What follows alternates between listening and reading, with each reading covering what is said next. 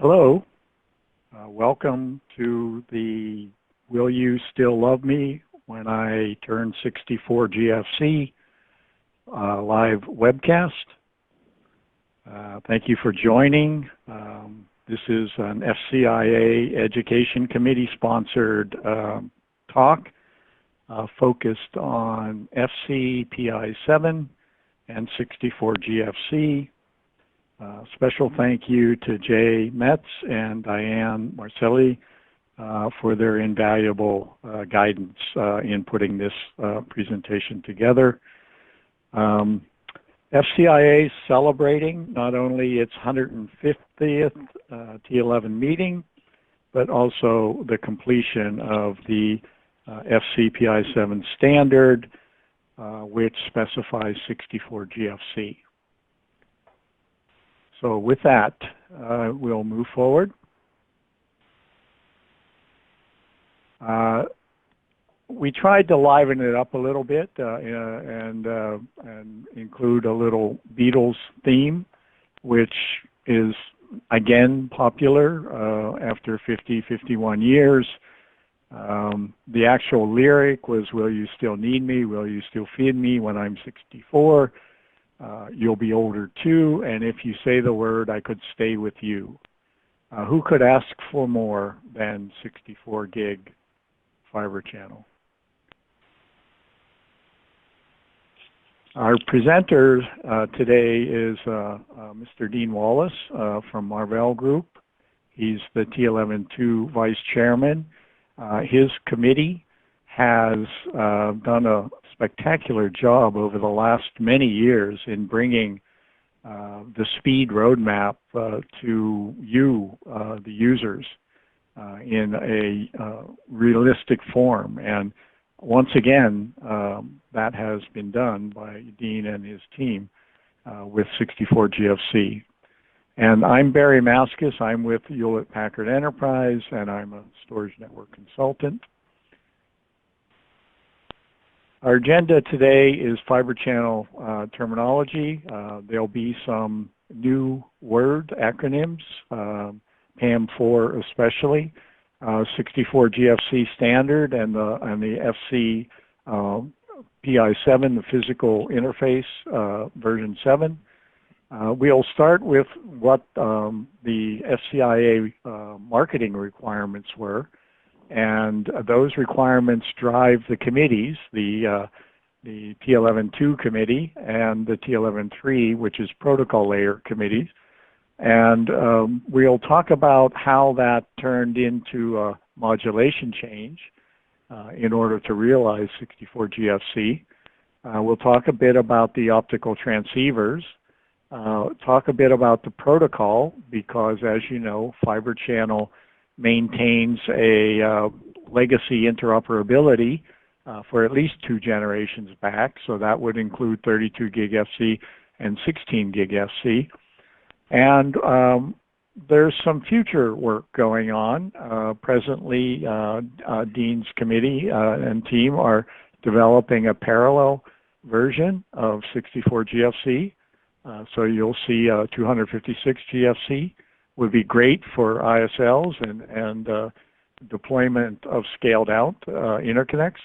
And we'll talk a little bit about the future beyond that. Just to remind us all that the fiber channel physical layer standards have a lot of acronyms. The physical interface is PI. And it is working with the next layer, the framing and signaling layer, 5 and 4.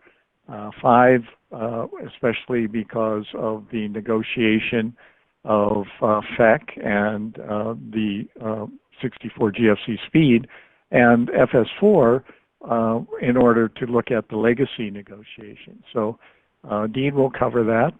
And then, you know, we want you all to start to talk and walk the talk of FC Pi7 and 64 GFC and upcoming parallel 64 GFC.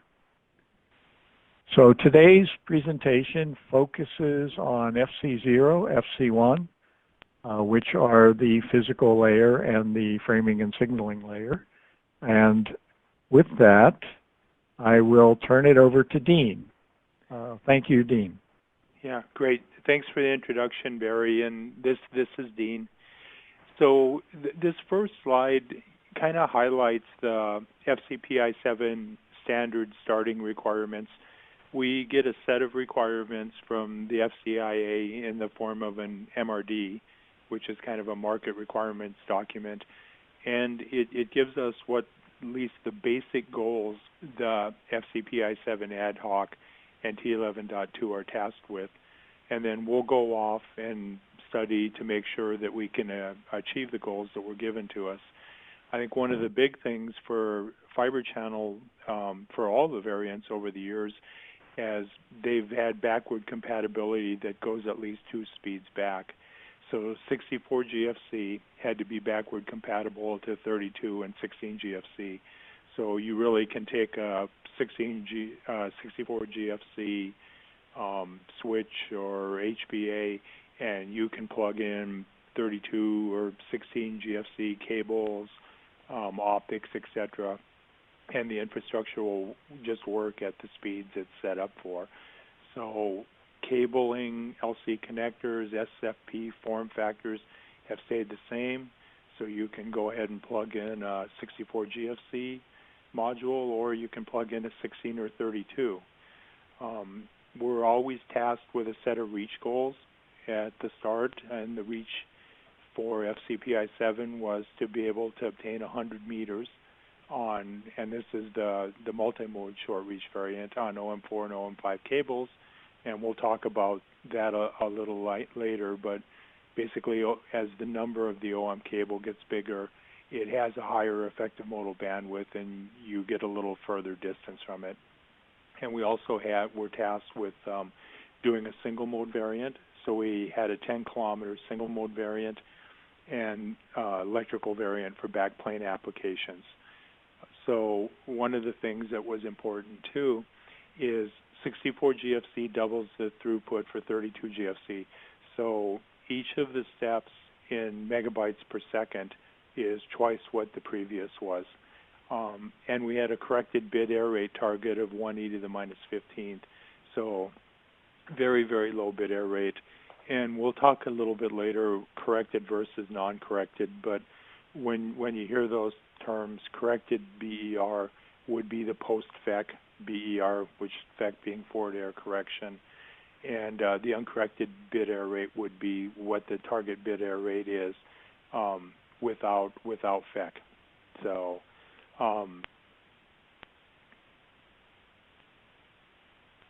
one of the big things for 64 GFC is the modulation, or how the signaling and the data is put on the wire was changed.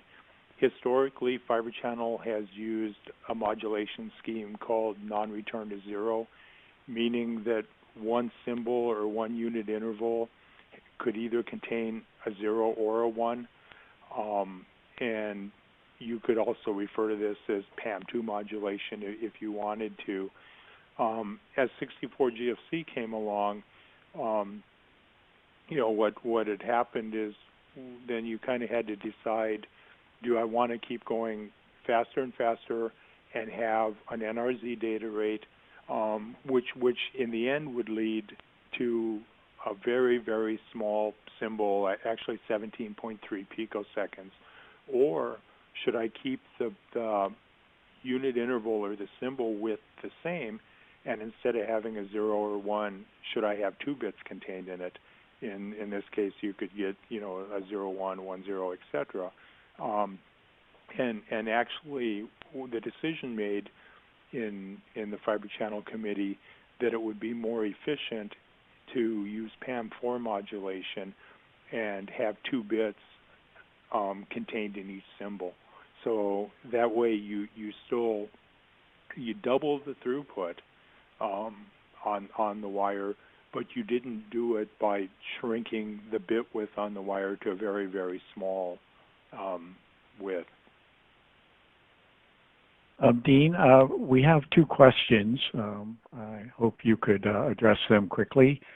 The first question, if you don't mind, is how come 32 gig FC has a 70 meter reach? I'm not sure that's accurate, but they're questioning how can 64 GFC have a 100 meter reach when 32 was 70? Actually, Barry, I'd have to go back and look at the standard, but I'm pretty sure that the 32 GFC reach on OM4 was 100 meters also. Now, that's on correct. OM3 it would be less. That's correct. OM3 is 70 meters. OM4 is 100 meters. Okay. Thank you, Dean. And the second question, speed support. So some folks seem to think that there should be 4 speeds supported. And I wonder if you could comment about the 3 speeds versus 4 speeds. I think in the framing and signaling document, it makes provisions that you could go back that far. Usually our target in the physical interface group is to go the current speed and 2 speeds back. Yes, it is true that provision is there. It's an optional implementation. As you all know, there are shalls in the standard and there are shoulds.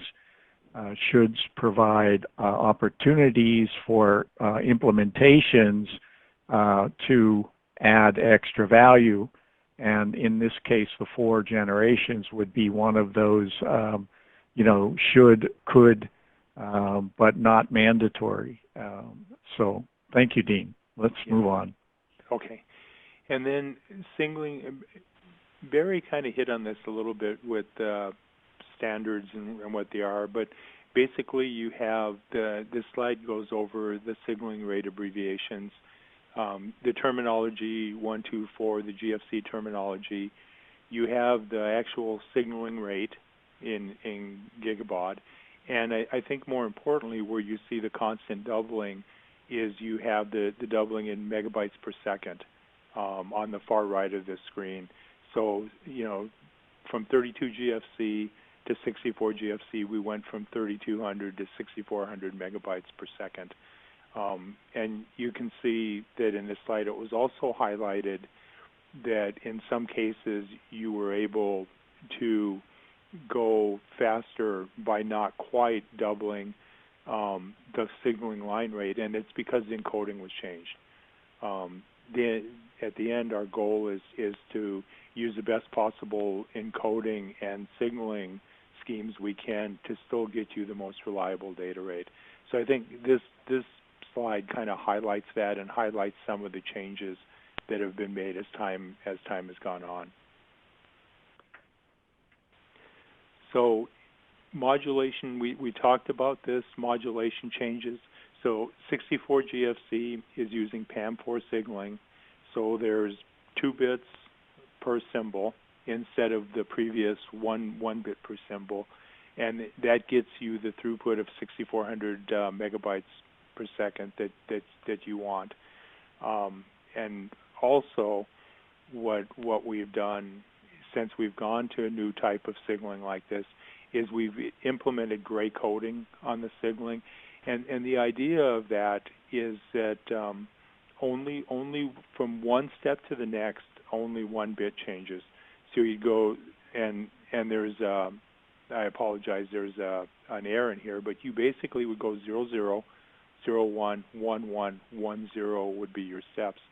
And the idea with that is if a mistake is made in interpreting a given level, you would only have 1 bit in error instead of 2 bits in error. So it gives you a little, the gray coding in this sense gives you a little bit more protection since you now have 2 bits per symbol. And I think this picture is an ideal representation of the difference between 32 GFC and slower speeds, which were NRZ or PAM2 encoded, and 64 GFC, which is PAM4 encoding. You can see on the upper picture there are actually 2 bits here, 2 symbols, which we've been using, and there's either a 0 or a 1.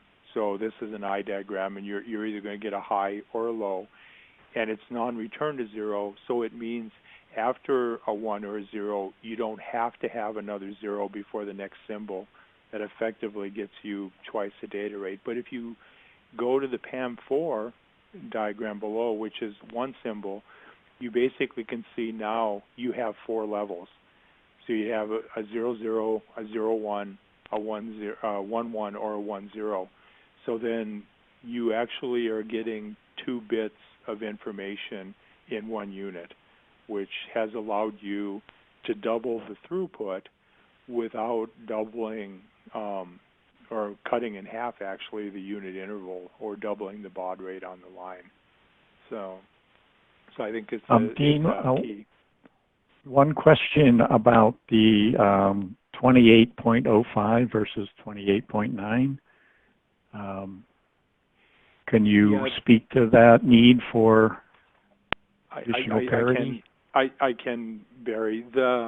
And we'll talk about this a little later, but forward error correction used in 32 GFC was a Reed-Solomon 528-514 forward error correction, and we were able to get the extra parity bits needed for that by transcoding 256-257. So that allowed us to get the parity bits. When we went to 64 GFC, we needed a stronger FEC, so an RS 544-514 FEC was used, but we didn't have any other transcoding or any of the ways we can get the parity bit. So the baud rate, it changed on the line from 28.05 to 28.9, and the simple math you could use to get there is 544 divided by 528 times 28.05 gets you the number. But we needed the parity bits, and the only way to get them in this case was to increase the line rate.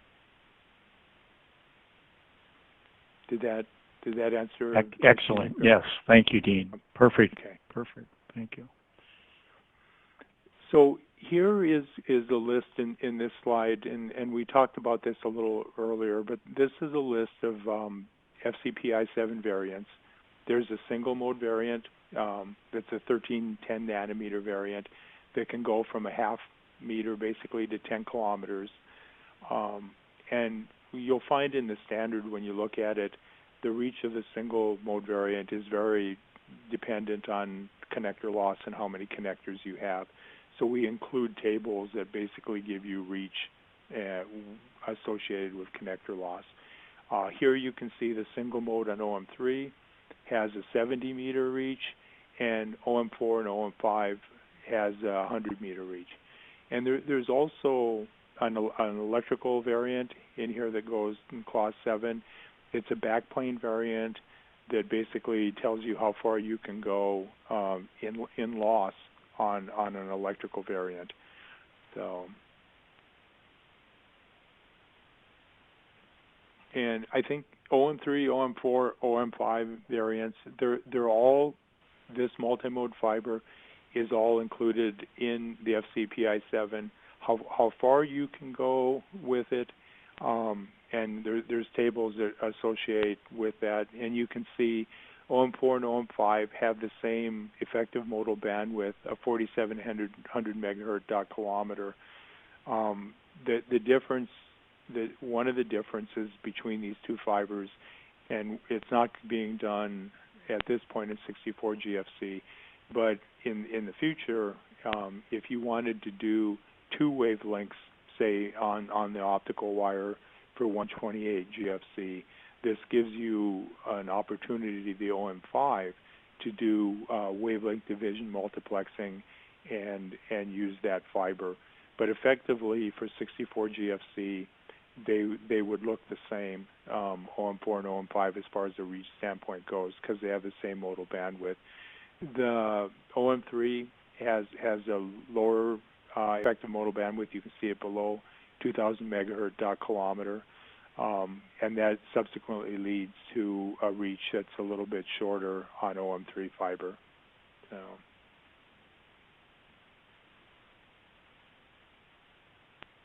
I think this slide I just took out of the document, but I think it's really important to understand this when we do standards development, because we'll often talk about closing the link budget or fiber channel link models end to end.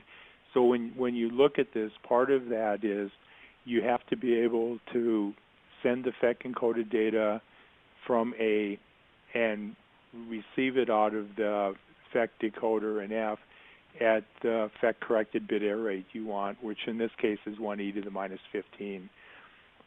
From an optical standpoint, that means you basically have the transmit on the left-hand side in the B link that goes from the ASIC package that would go to an optical module, so there's an electrical link in there, and in fiber channel terms, we basically call that a delta compliance point. The optical module will go ahead and take the electrical input, it's SFP in this case, turn it to an optical signal, transfer it over C to the SFP that's on the other end, convert it to electrical, send it over D to the receiver in the ASIC, and then the FEC is decoded again. So when you do a fiber channel link budget, you have to make sure that you can transmit this data across these electrical and optical links and have it received at the far end in the bit error rate you want. And that's why starting way back in 16 GFC, but 32 and 64, to be able to close these link budgets, clock and data recovery circuits were required in the optical modules. This gives you the opportunity to close the link budget. If we didn't have them, when you went from point A to point, or from point B starting to point D, you wouldn't be able to deliver signals in the bit error rate that you need. So I think this is just an important concept in fiber channel, and you would do the same kind of analysis if you didn't have active optical components. If you went electrically from B to D, you would still have to be able to send data and meet the uncorrected BER so that you could get the corrected BER. Dean, just a question and this is the perfect diagram for the question regarding the definition of the electrical backplane. So it's sort of asking, well, nobody has a 64 GFC or 32 GFC backplane, do they? They have modules. So they just want to understand the terminology of electrical backplane.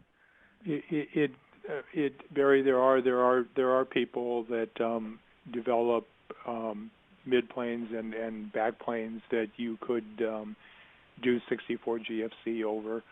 We put 25 dB end-to-end loss in our particular link budget to close the link, and we also have concerns or limits on how much insertion loss deviation and crosstalk you can have. But if you follow those, yeah, we believe you can go ahead and do an electrical link that meets those requirements and will run at a bit error rate that's below 1e to the minus 15. So yeah, we do believe it is doable. Okay. And a second question, there seems to be, I guess our picture showing the 4 levels and the eye diagrams has left the impression that we're running multiple wavelengths concurrently. And so it's kind of a question, well, are there 4 lanes going down, these links from across B and C and D? Or is that just a time domain perspective? This is just a time domain perspective. I would look at this, if you look at the B point, there is a PAM4 signal being sent that electrically that's received at the CDR receive, and it's turned from a PAM4 electrical signal to a PAM4 optical signal, which is transmitted across C. When the receiver at that end receives the PAM4 optical signal, it converts it into a PAM4 electrical signal and sends it to the receiver that basically is the point D, at the end of point D. So there is no, in this particular case, in a multimode variant, there's no conversion of modulation. It receives PAM4 electrical, transmits PAM4 optical, and converts it to PAM4 electrical. So there is no modulation conversion. Thank you.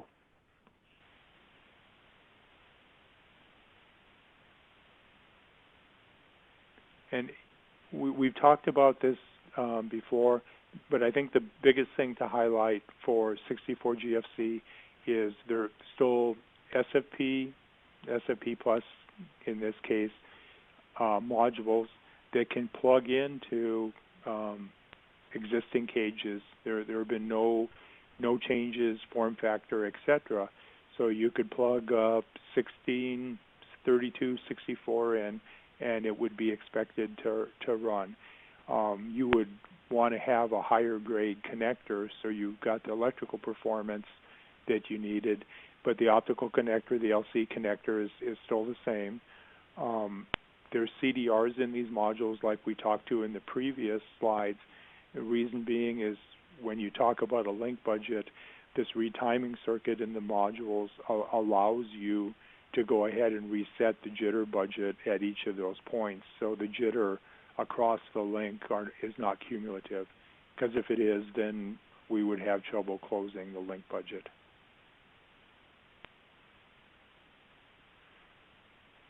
And again here, optical modules, basically the 64GFC, SR and LR, SFP, MSA form factor. A lot of the module descriptions take place in SFF documents that come from SNIA.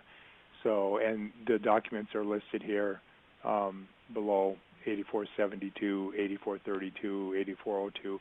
Now we spend and we put information in the framing and signaling document because it's important to understand, especially as the complexity of these modules go up, it's important to understand what kind of data they need so their clock and data recovery circuits adapt properly, and how long it takes it to adapt. So in the framing and signaling document, we put those numbers in there so people could understand if there's a cable plug and unplug and we have to start over, how long 64GFC would be expected before the link is up and delivering the quality of data that you would want. Dean, just a comment there. A new name has entered the picture. It's actually not in the standard, but just to signify that a module is capable of PAM4 signaling, a new acronym has been introduced called SFP56, and the 56 is meant to imply that it's PAM4 capable. Although you won't see that word in the SFF standard, most of the module vendors are using that name just to differentiate their module from a traditional NRZ-based SFP plus or SFP28. Thank you, Dean. Yeah. Thanks, Barry. That's good. And I think one of the other things, as 64GFC uses transmit training to negotiate or to highlight to the far end some things that are needed, i.e. whether PAM4 signaling is used, whether PAM2 signaling is used, what FEC requested is going to be used. I think what's important here, and you can read through this, but what really, and we'll talk about differential Manchester encoding a little later, but the signaling runs at a lower rate, an eighth, so you can make sure and receive and decode the data so you know what it is. But transmit training is not necessarily run optically. It's only run electrically. So what would happen is you would do link speed negotiation, and I think, as everybody knows, link speed negotiation starts at the highest speed, and the transmitter will transmit for some length of time, say 155 milliseconds or 54, I can't remember exactly. And the receiver on the other end will cycle through in a time span of about 4 to 32 milliseconds, so it makes sure it can cover all the speeds. So when this is happening, the differential Manchester encoding will be used that has the status and control frames in it. So when the far end understands what the highest speed is, then it knows what the settings should be. And one of the things optically that will happen, and you can see here, speed negotiation will run, in the case of 64 GFC, it will run at the same line rate PAM2 as 32. So now if you were 64 GFC capable, I would be sending 28.05, and I would put in the control frame that I'm capable of 64 GFC, and then I'd run 2805 at 32, and then I'd run 14025, and I would cycle through that. And then what happens in this case now is when link speed negotiation is done and the speed is agreed upon, then the time that would have been used for transmit training electrically is used for changing the speed slightly to 28.9 gigabaud and going ahead and going to PAM4 signaling. This extra time allows both ends and all the components to adapt to the new PAM4 signaling. So this is a little different than things that have been done in the past, and Fibre Channel has always used link speed negotiation, but now as time goes on and there's more complexity and there's a little bit more information to be exchanged end-to-end, they've started to use the status and control fields in the differential Manchester encoding to be able to receive and acknowledge receipt of capabilities on the far end. And I think that's kind of an important distinction, and I think important distinction also to understand that 64 GFC looks like a 32 GFC signal for link speed negotiation. So, Dean, one question has come up about the training. Are we saying that training is mandatory for 64 GFC optical, or it's optional? No, we're and I probably wasn't very clear there, Barry. Sending the differential Manchester encoded status and control frames to exchange data and to select the appropriate highest speed is mandatory at 64 GFC. Transmit training or link training itself is only done electrically. So once you will always send the frames that have the status and control and look like training frames and they're DME encoded, but you will not do the actual training where you change transmitter coefficients and request different ones optically. You only do that electrically. Thank you. Perfect answer. Thank you, Dean. And we talked about this, but the control and status frames are exchanged using differential Manchester encoding. It basically runs at 1/8 of the nominal signaling rate.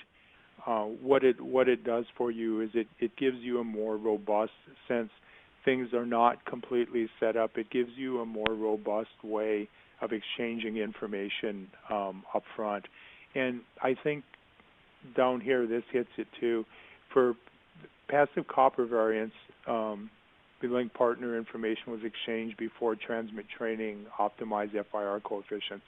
So you might not have quite the best settings. So that's why you would use this Manchester encoding to do that. And I think one other thing to highlight when you do this, the part of this Manchester encoding is there's a specific block marker, or so you can go ahead and get block lock and frame lock on these signals, and they're different between 64 and 32. So you know you're aligned properly, and then you can decode the data appropriately. And I think we hit on this earlier. Forward error correction is mandatory for all variants in Fibre Channel 64 GFC. The Reed-Solomon 544, 514 FEC would be used for optical. It would be used for electrical. So it's just something that's on and it's used.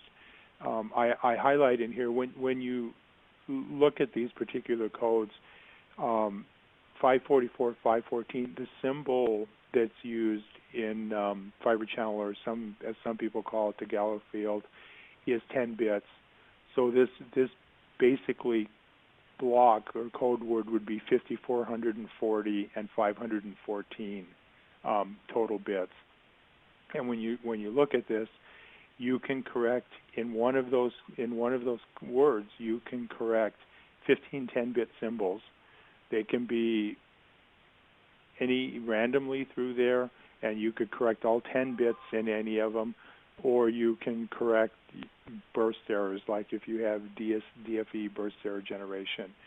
And I think one of the highlights too, and when people talk about FEC, there's two things. You have an uncorrected bit error rate, so you would be able to expect to send data pre-FEC over the wire and have a bit error rate that's at least 1e to the minus 4 or better. And then with that, you would have a FEC corrected bit error rate that's in the range of 1e to the minus 15 or lower. And we talked about this earlier. The reason the line rate went from 28.05 gigabaud to 28.9 is because higher powered FEC was needed. The previous FECs could only, the 32 GFC FEC can only correct 7 10-bit symbols. So this one has a higher coding gain.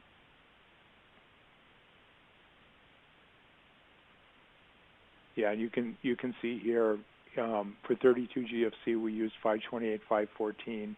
For 16 GFC, you had, this is a cyclical or fire code FEC. The Reed-Solomon or block FECs. This particular 16 GFC FEC actually would only correct for 2080 bits one error. I think it could be up to 11 bits in error in succession, but it would still only do one. So, and we talked about the increases in the line rate, and we talked about why. So I think, but this slide highlights it, particularly why we had to increase.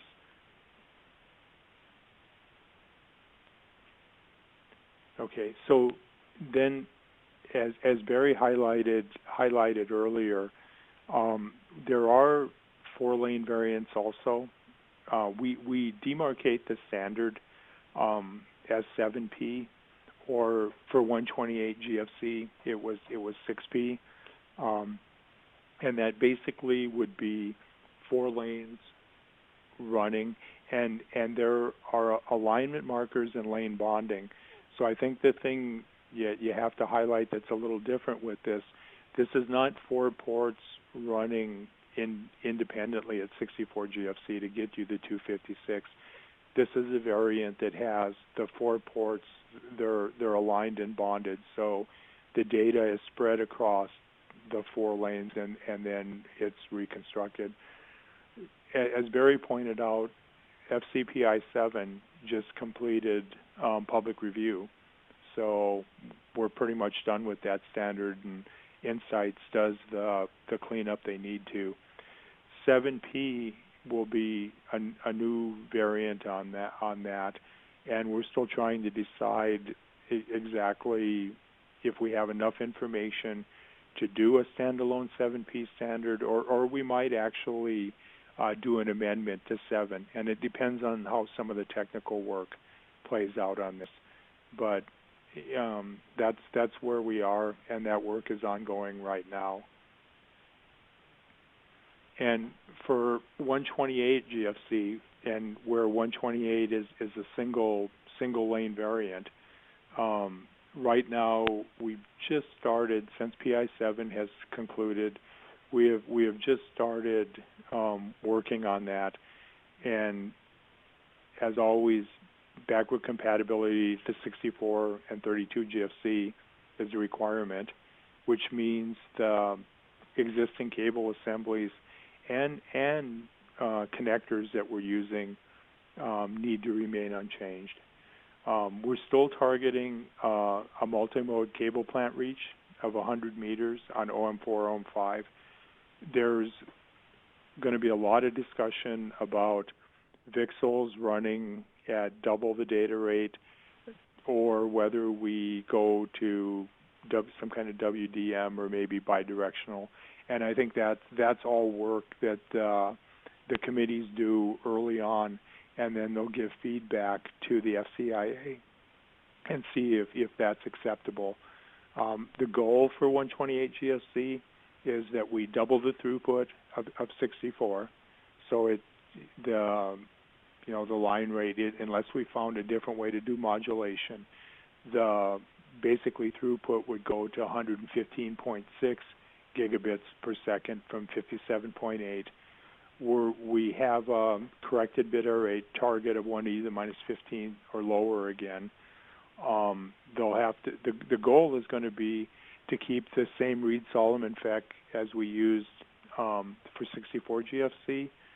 We're going to have to try to determine if that will be sufficient and if we can get a good enough uncorrected bit error rate to be able to do that. And that's work that is done up front also. And then one of the other requirements is to reduce the latency. So to try to go in and run at a lower latency. And that's we're just starting that. The target right now, what we're listing as having an FCPI8 standard complete is December 2020. And by complete, I mean that would be the first time it would go to a ballot. And the first ballot is called the request for comments ballot. So we send the document out, we get comments back, and then we correct them. And then the next step is insights letter ballot, where then that document will be sent out again. People will vote yes or no and give comments that we accept, and once that's done, it goes to public review. So that's kind of the form that we go through for this. Dean, there's a question around the 20%, an assertion that if you're doubling the speed, wouldn't the latency reduce by 50%?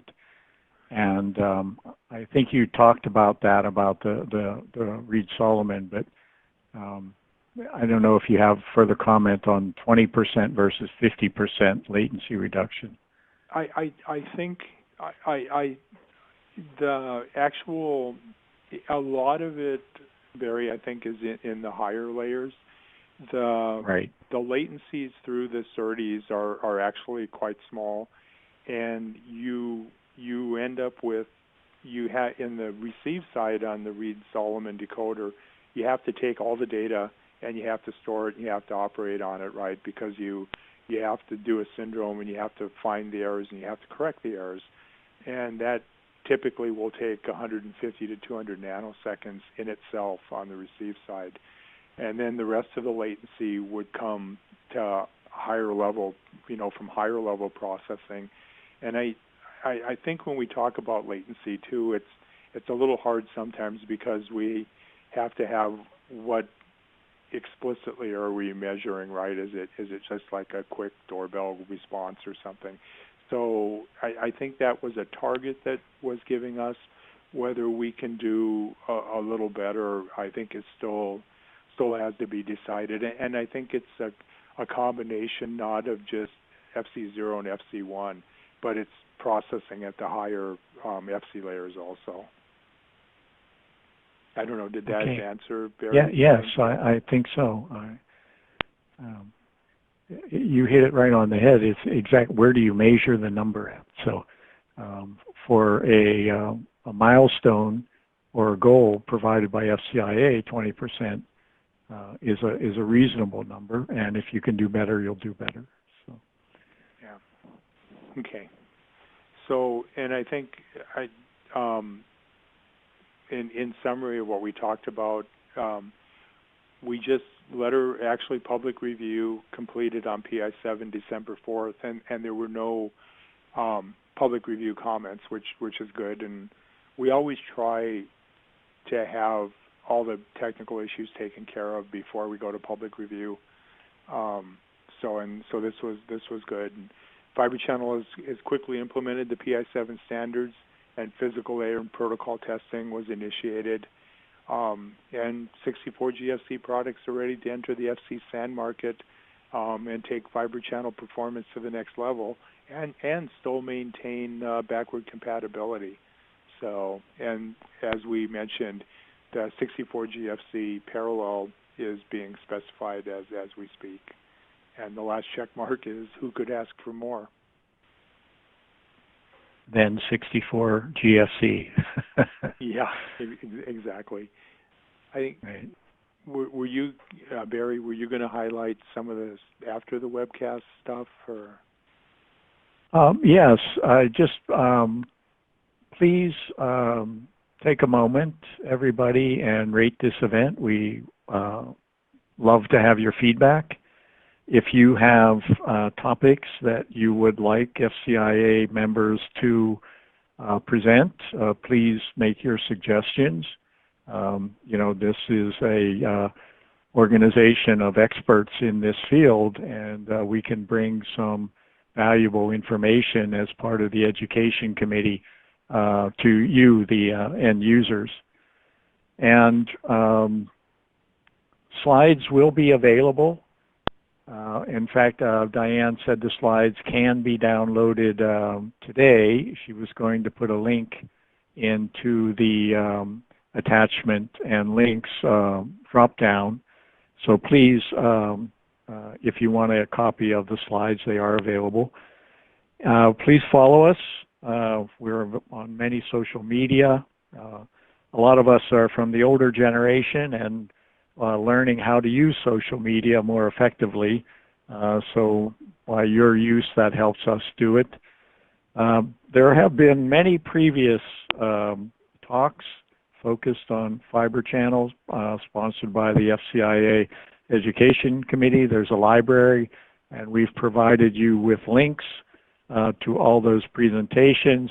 If you have time, please go back and learn something. It's always good. And our whole goal here is to help you understand the technology better so you can make well-informed decisions.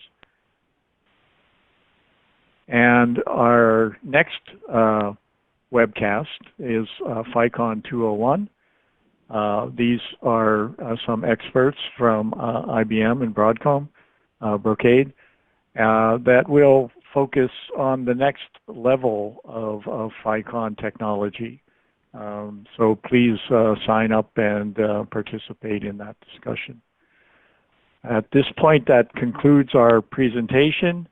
I thank you all for joining, Dean especially for helping us understand a very complex technology and helping us understand it with really keen insight. So we want to also thank the T11-2 committee for bringing this technology to the market.